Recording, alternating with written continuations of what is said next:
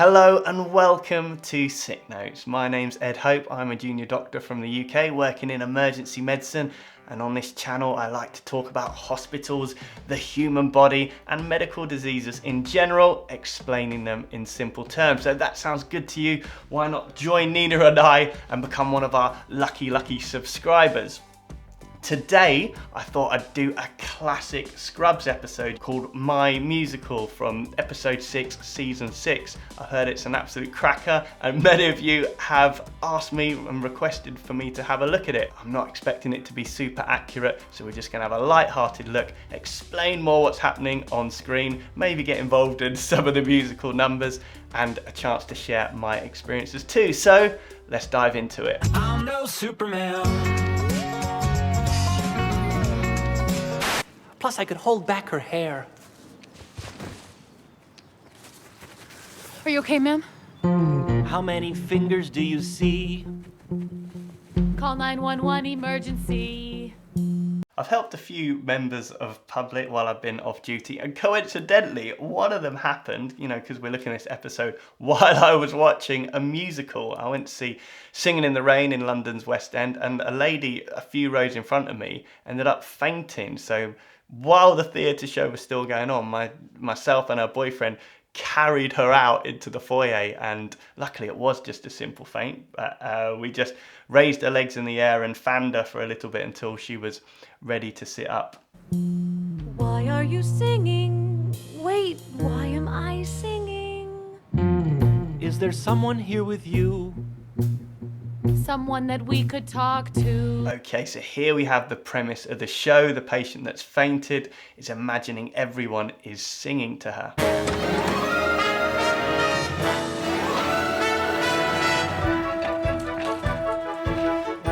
Hello, I'm Dr. Kelso. I'm delighted that you came.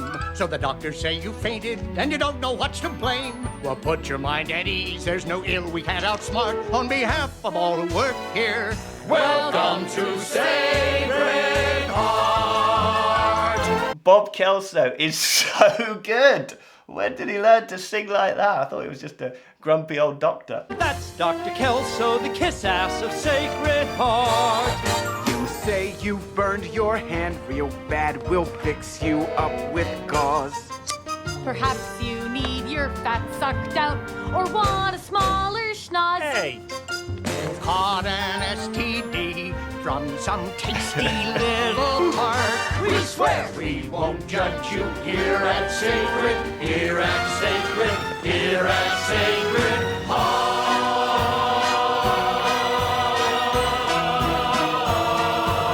This is actually what it feels like when you finish a week of on-calls. You think like the whole hospital is singing and dancing. Your case is very serious, and we'd better start. 'Cause if you think we're singing, you belong at Sacred. Doctors, nurses, patients, dead guys, welcome to Sacred.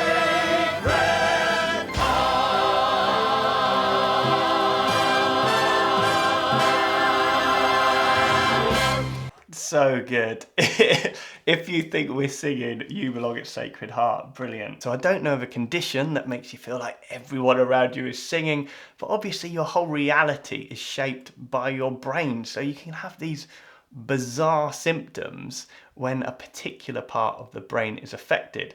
Oliver Sacks, the famous neurologist, so someone that looks after the brain and nervous system, wrote a book of cases called The Man Who Mistook His Wife for a Hat. So if you can mistake your wife for a piece of clothing that you wear on your head, I'm pretty sure that there's a condition somewhere that makes you feel like everyone is in a musical. So Mrs. Miller passed both audiological and neurological exams. We cannot find anything that explains why she's hearing music. So just like any good doctor, JD's done a history first and an examination. He's not sure what's happening, so he's talking to his senior. So a neurological examination is one where we test the brain, the spinal cord, and the nerves. Oh, how about this for an explanation?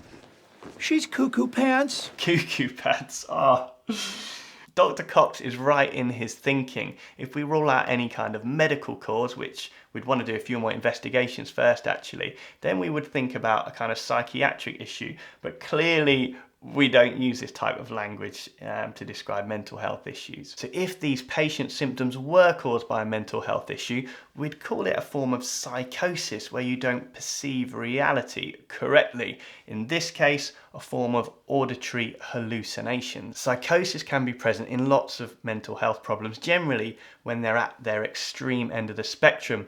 So you can see it in depression, mania, so when we get extreme overactivity, and most obviously schizophrenia. Schizophrenia doesn't mean a split personality, although the name does come from the Greek and Latin meaning split mind, so that's probably where the misconceptions come from. People with schizophrenia have a really nasty illness. It's a long-term mental health illness associated with psychosis. So as we said, it's a change in the perception of reality. So they can have hallucinations, delusions, difficulty thinking straight, and quite significant behavioural change. People often think it's associated with an increase in kind of violent activity, which absolutely isn't the case either. So I often see people that come into hospital with new symptoms like this. Before we can say it's a mental health issue, we need to exclude any kind of medical problem, so we'd want to do some investigations. Hey, Miss Miller, we just need a stool sample. Why do you need a stool sample if you think I'm just a nut? 'Cause the answer's not in your head, my dear. It's in your butt. You see, everything comes down to poo. From the top of your head to the sole of your shoe. We can figure out what's wrong with you by looking at your poo. Turk? Do you have a hemorrhoid or is it rectal cancer? When you flush your dookie down, you flush away the answer. It doesn't really matter if it's hard or if it's loose. We'll figure out what's ailing you as long as it's a deuce. Yes, everything comes down to poo. Everything comes down to Cardiovascular and lymphatic, yes, the nervous system too. All across the nation, we trust in defecation. Everything comes down to poo. I think this is pretty exaggerated. I think actually I'd change the song to this. Not everything comes down to poo. Only a bleeder infection in your digestive system. So if you have any of these two, then we would want your poo.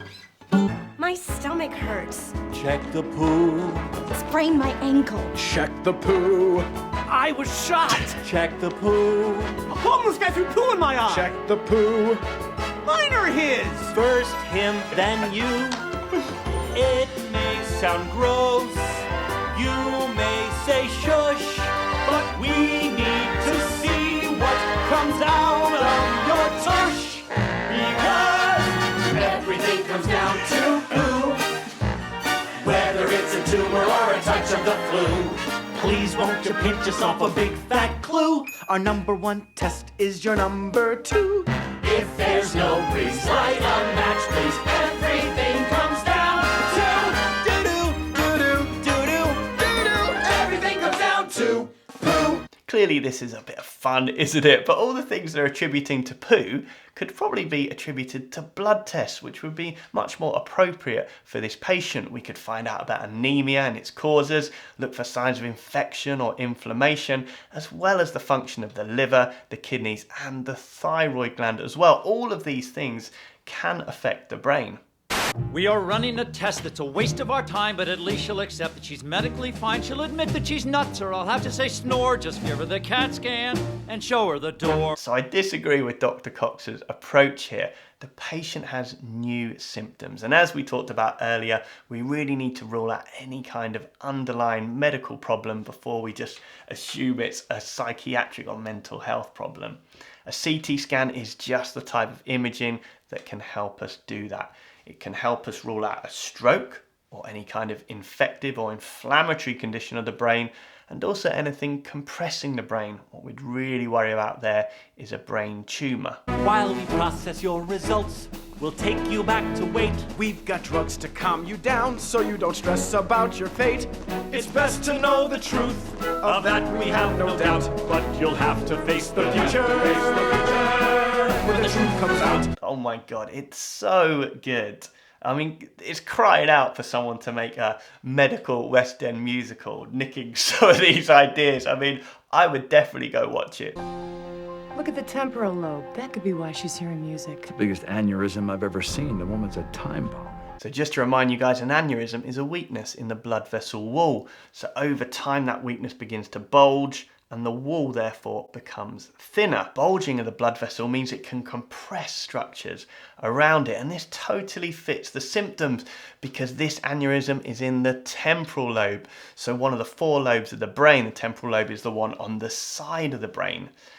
Now the temporal lobe contains in it the primary auditory cortex. So this processes all your information that you hear, and also a very specialized area called Wernicke's area. Now this area actually sort of comprehends and translates speech. So how cool is that? They've done this whole musical episode that has a total kind of medical basis for the premise. Very clever.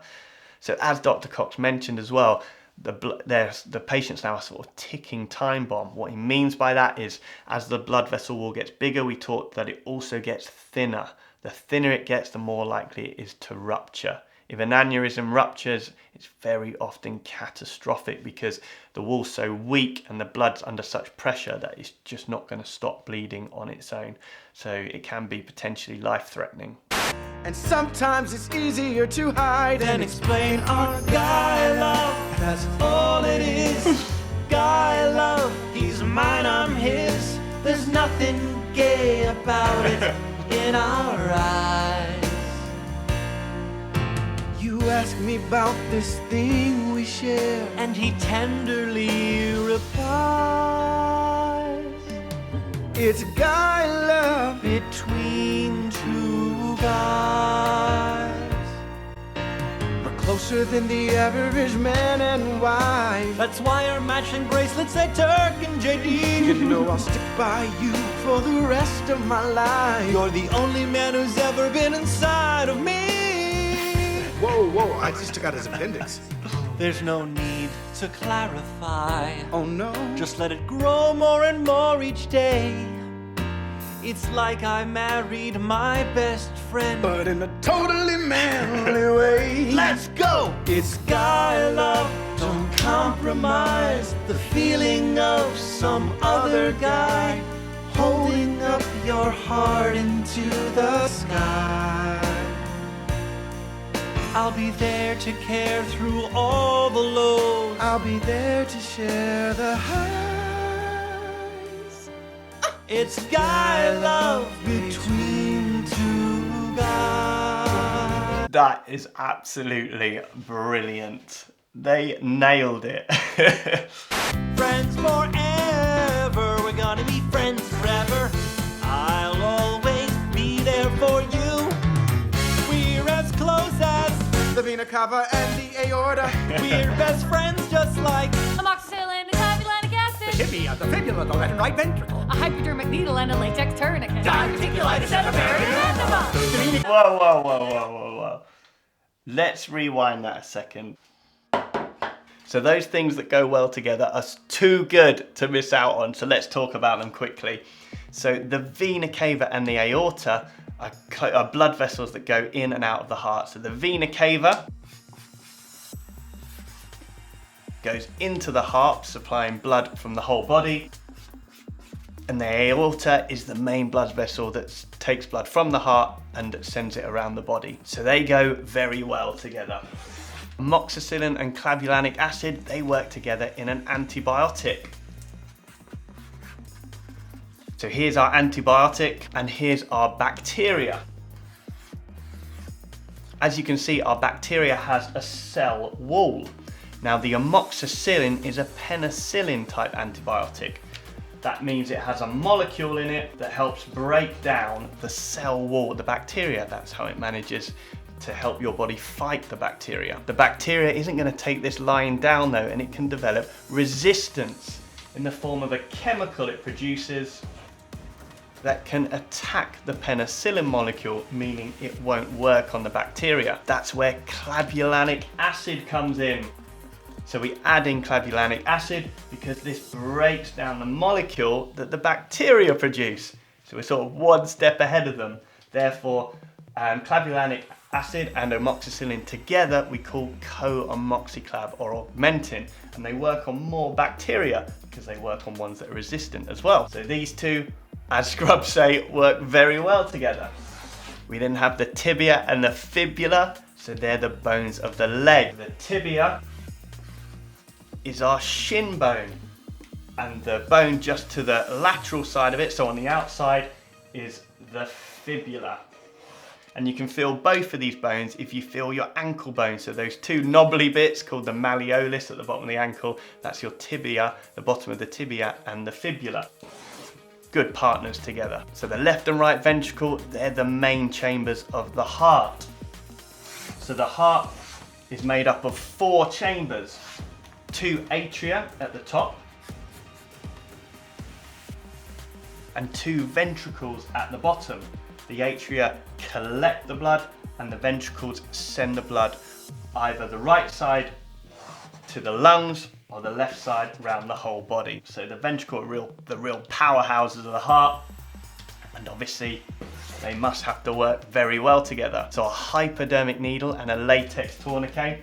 So these are for taking blood. So hypo means under and dermic means skin. So therefore a hypodermic needle goes under the skin, so it's used to take blood. A tourniquet we wrap around the patient's arm or where we're taking the blood, and it means the veins get occluded, and so the blood ends up bulging before the tourniquet. It's easier to get the hypodermic needle in the blood vessel, so it's easier to take blood. Therefore the hypodermic needle and the tourniquet, they're very good partners too. And finally, diverticulitis and a barium enema. So your large bowel, so the last part of your gut just before all the food and everything comes out as poo, everything comes down to poo, is a lovely passage, but sometimes this passage can be interrupted by what's called a diverticula, so a kind of cul-de-sac or bulging of the bowel. This is often caused by constipation.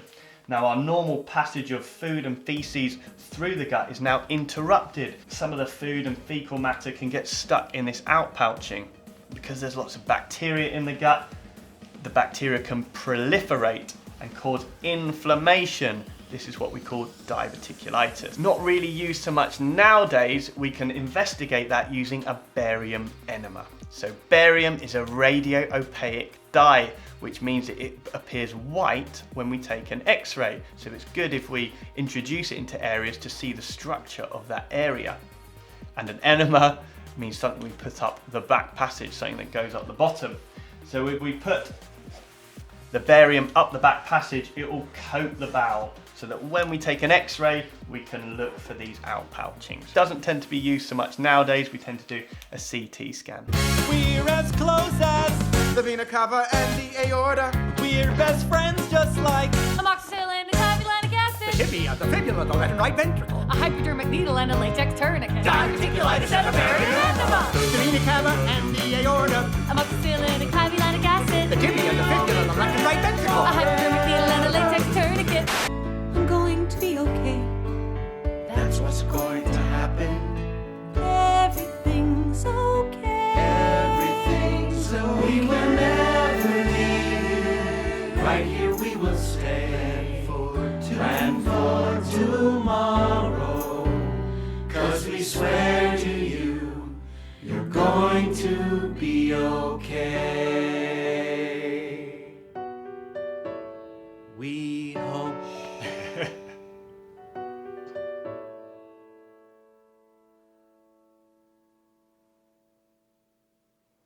Did it work? You're gonna have to tell us.